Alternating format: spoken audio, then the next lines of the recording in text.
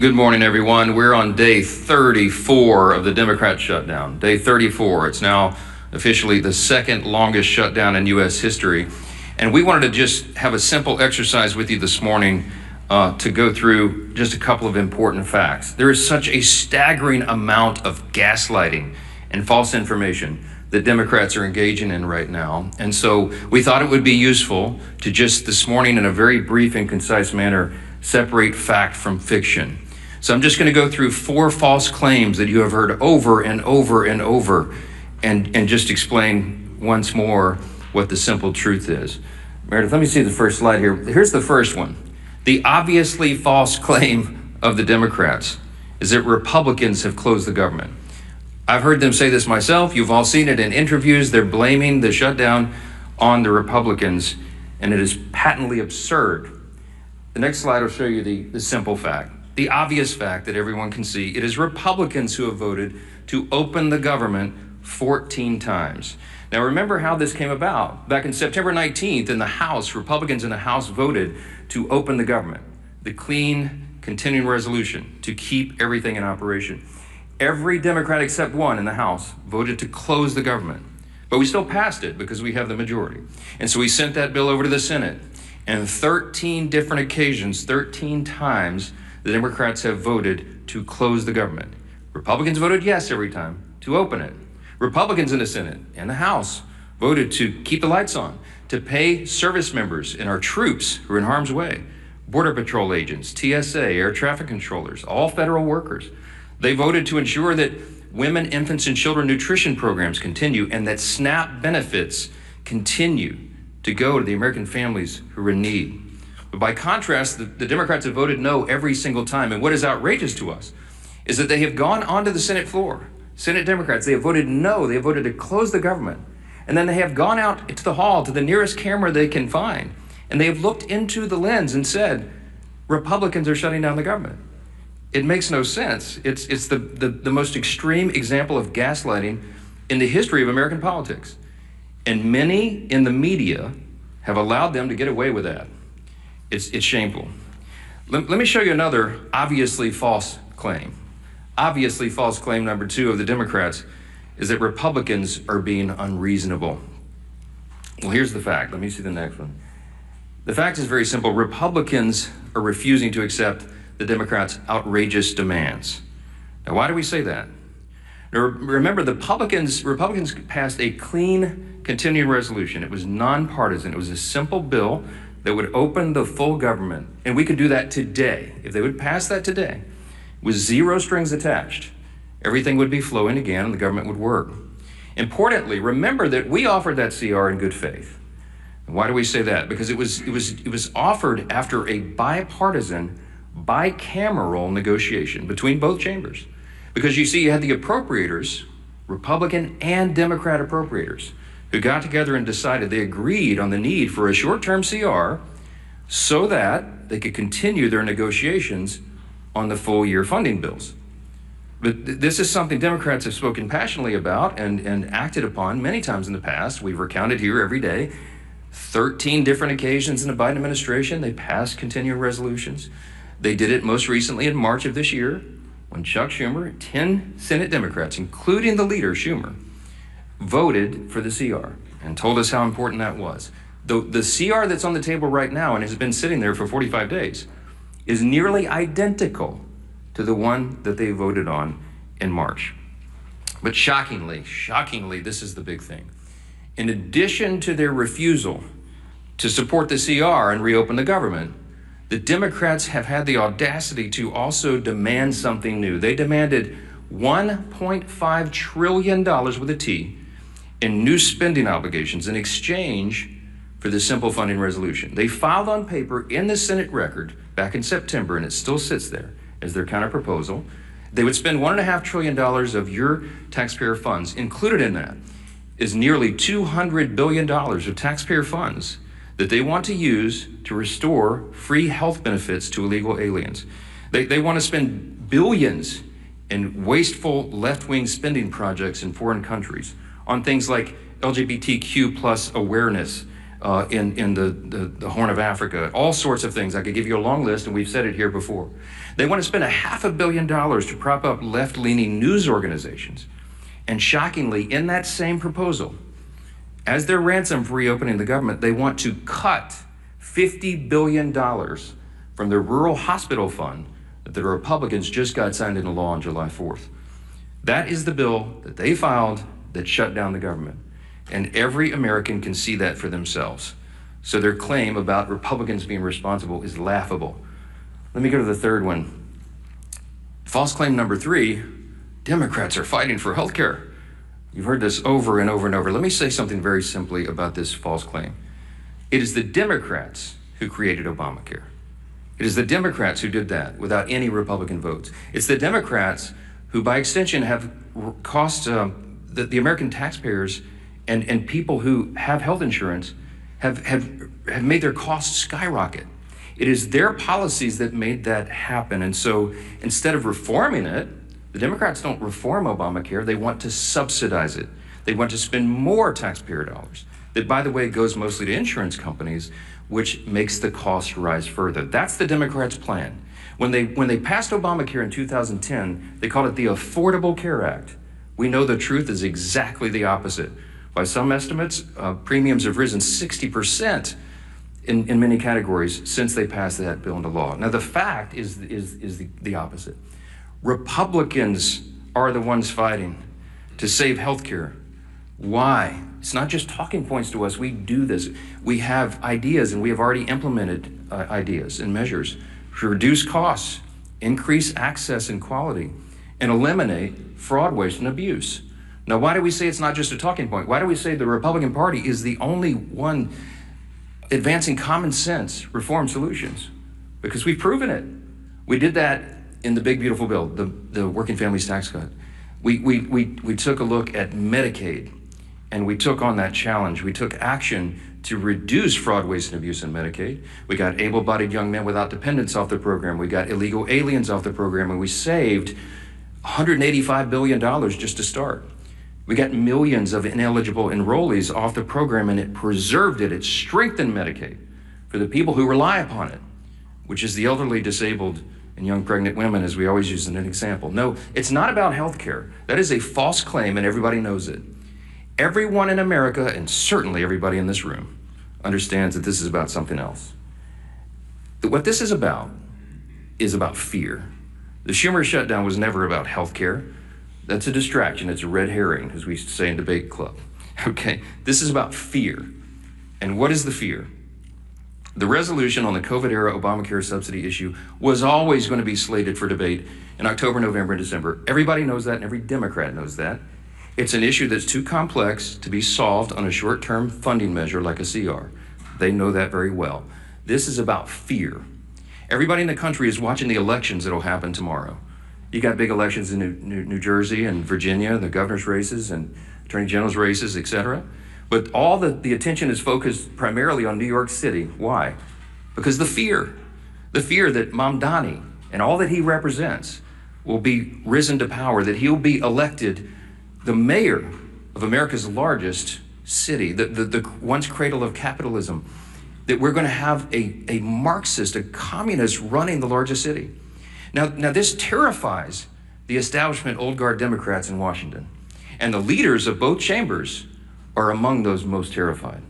They're both from New York. Leader Hakeem Jeffries is the Democrat in the House, and Leader Schumer in the Senate. They're both from New York, and they're terrified. You've watched their actions carefully. Many of you have not reported on it enough. Poor Hakeem Jeffries had to ultimately, finally, he was forced to endorse Mamdani. And he's terrified that he now owns the results of that. Chuck Schumer's been dancing around the issue, but he knows he's darned if he does, darned if he doesn't. They're both terrified, and so that is the fear. This is a fact, and you should print it this way. The Schumer and Jeffries and their colleagues fear political retribution from the far-left activists in their party more than they fear the consequences of keeping the government closed for weeks on end.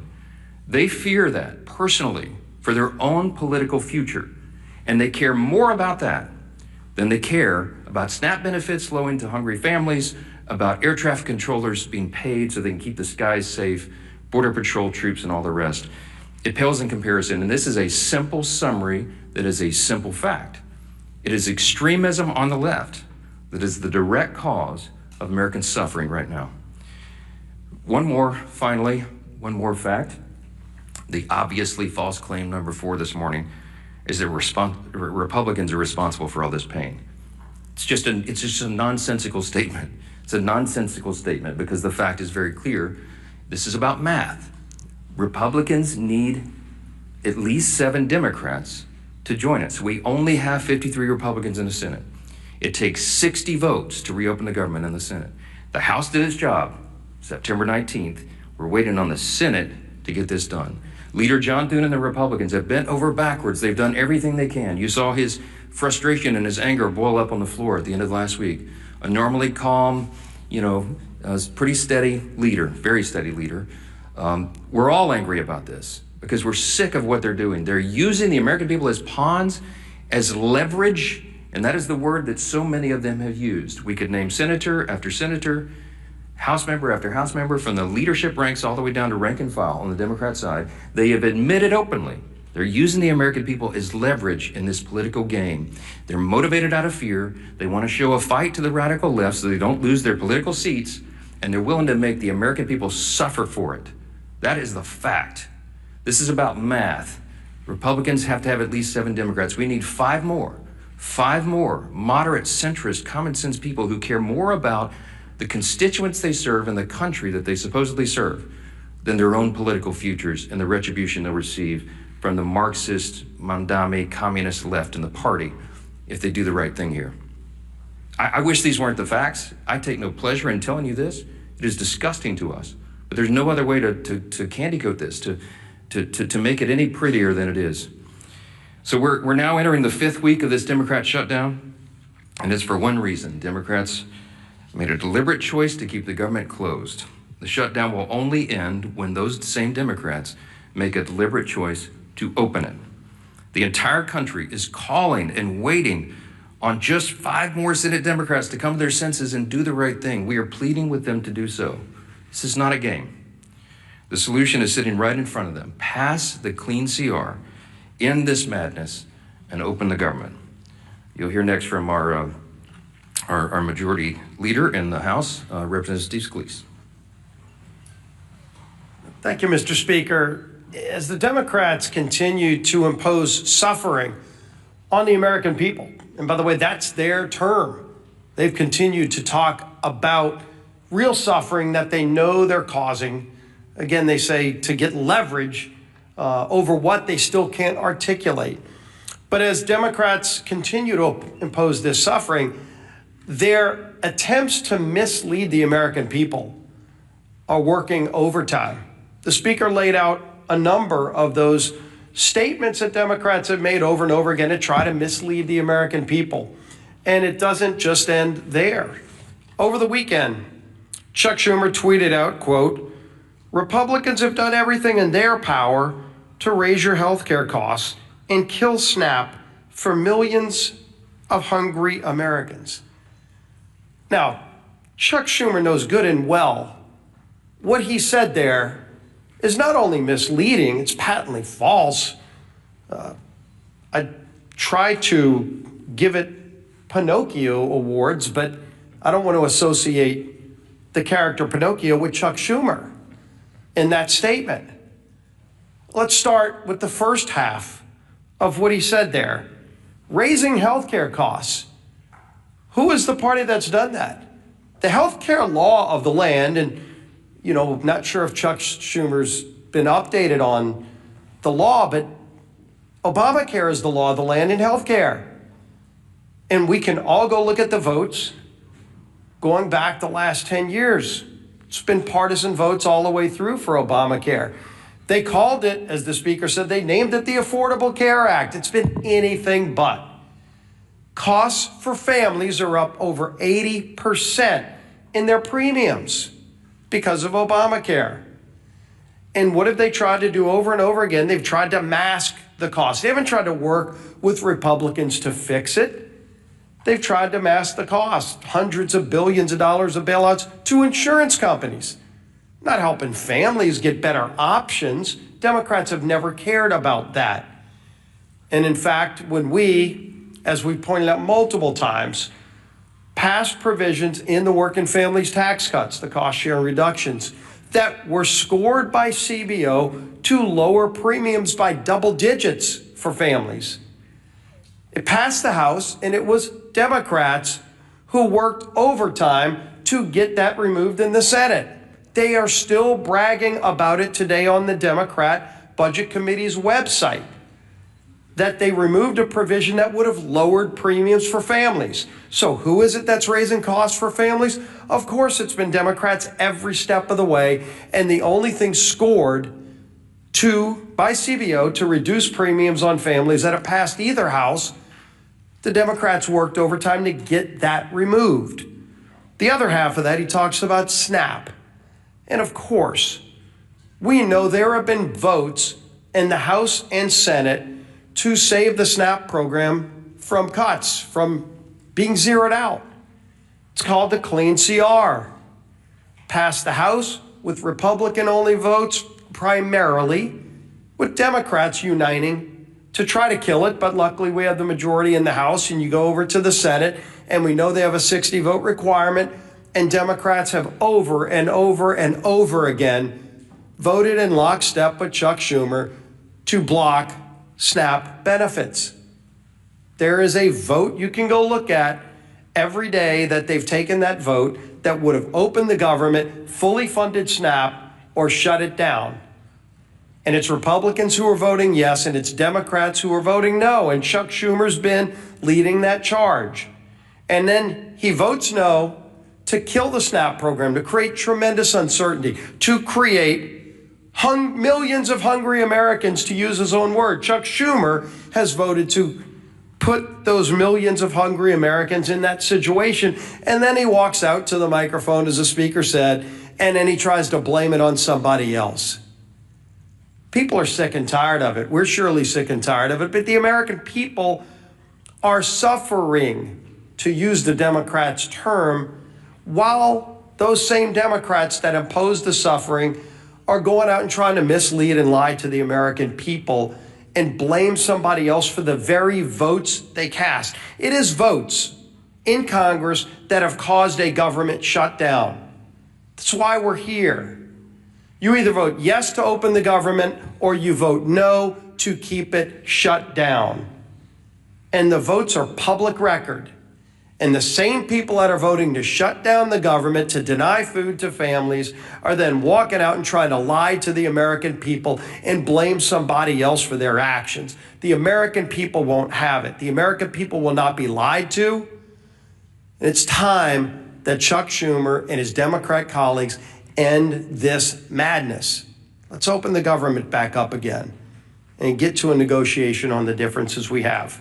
Our whip, Tom Emmer.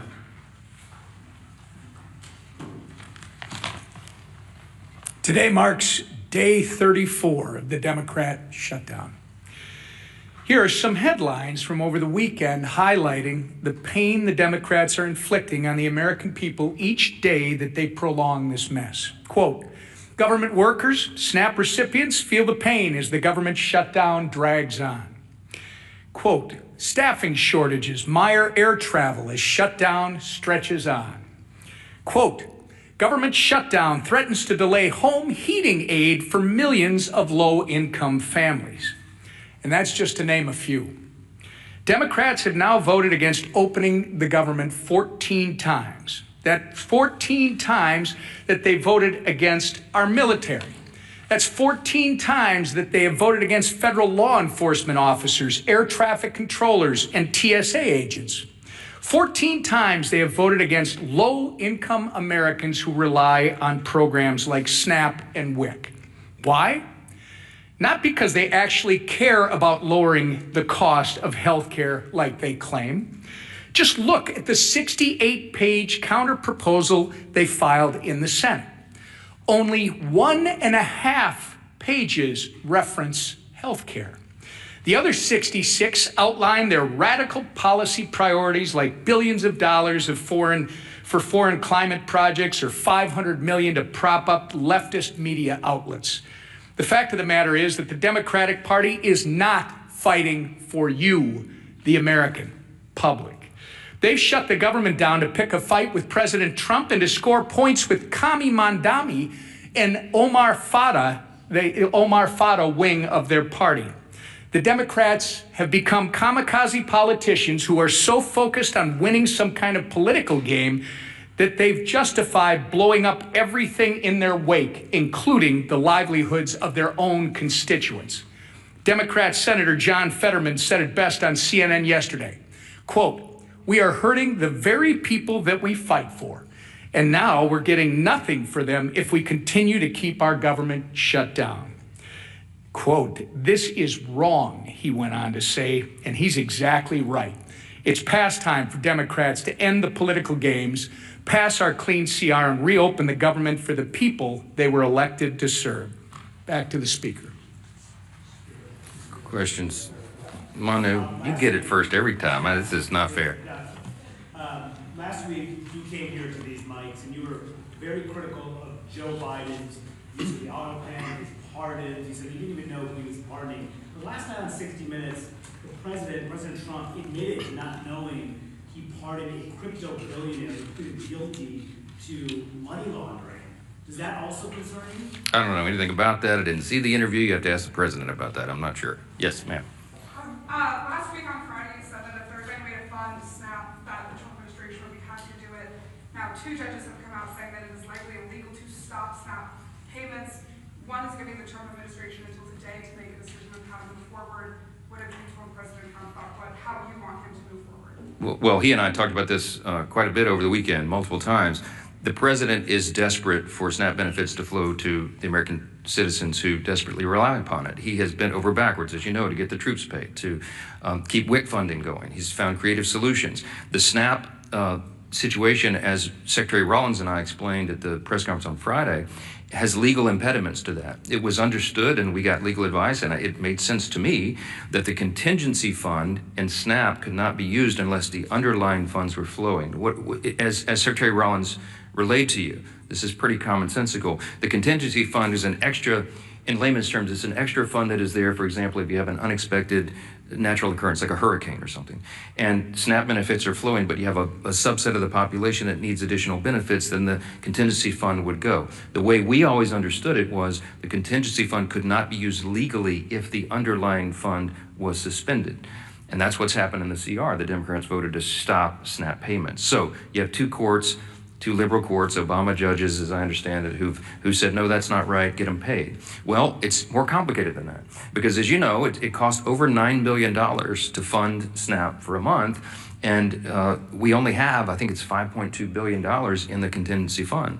So you have a big shortfall. So it's not as easy as hitting go send on a computer. You got to go through and recalculate partial payments to the 42 million recipients of the program. That puts a huge burden on states and on the feds to try to figure that out in short order. So what the president said logically was, okay, Your Honor, if you're saying we can do it, I'll go for that, because I want SNAP to go to the people. It's the Democrats that stopped it, not us. So tell me how to do it. Because I have all my personnel here in the office, the legal minds and the number crunchers, and they're trying to figure out how this can be done. Give us some guidance. We're glad to do it. So that's where we are at this impasse right now. As you noted, the president's not appealing the decision. He wants SNAP to be done, but he doesn't see the mechanism to do it. So you have Treasury, you have USDA, you have the other agencies involved that are working overtime, literally around the clock over the weekend, trying to figure out how to do this. But everybody needs to know it's not the full amount, assuming they could get this done and processed. The court acknowledged that thanks to the president for saying that they wanted to do it. Everybody's on the same page here. We just don't know how. It's unprecedented. This has never happened before. In this way. And so we're hopeful. But I would just say this, looping us back to how we began, the easiest way to get full SNAP payments to everybody who's eligible is for the Democrats to come in here and vote to reopen the government on a clean, nonpartisan CR. It's a game that's being played and real people are being hurt, and the administration gets all sorts of accolades and appreciation from us for bending over backwards trying to make sure people are not feeling the pain and that the harm is mitigated as much as possible. Yes, sir.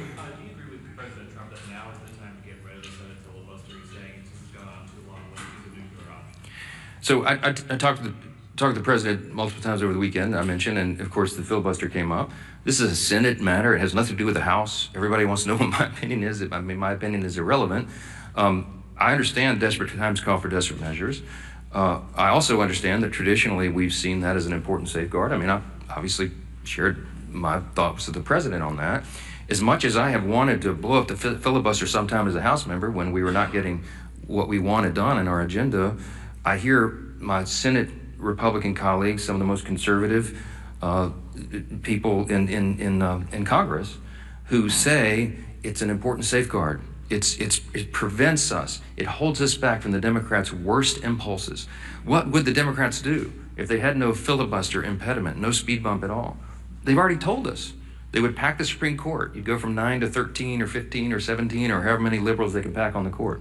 You would have D.C. and Puerto Rico be made into states, which would give 4 additional Democrat senators there in the count and make us a permanent minority. I guess that would be their calculation. You would see massive restriction of the Second Amendment rights. You'd see them federalize elections so they could take over and manipulate things in the red states. I mean, there's a lot of abuses that could come. And so that's the caveat. That's what they're working through. And I speak frankly and honestly with the president, and he's very passionate about this. We're all very passionate. I think what you see in this debate we're having on our own side is a reflection of the anger that we feel, the real desperation that we feel, because we want the government to be reopened. We want to serve the American people as best we can, and any hindrance to that is something that everybody's looking at very carefully. Again, not a House issue, it's a Senate issue, and we'll see how that's resolved. Chad. Good morning. Hasn't the ship sailed on the CR? November 21st, that's 18 days. Isn't it time to do something new with this thing? We're very mindful of the calendar. We're very frustrated by that. It's part of the reason we're so angry about this, because they're eating up the clock, and the Democrats know how much more we have to do here this year. But we cannot do it if the government's not opened and not serving the people. And so this is a very important matter. It's something that we're giving all of our attention to. Our leaders will go and meet on the calendar right now. We watch it every day.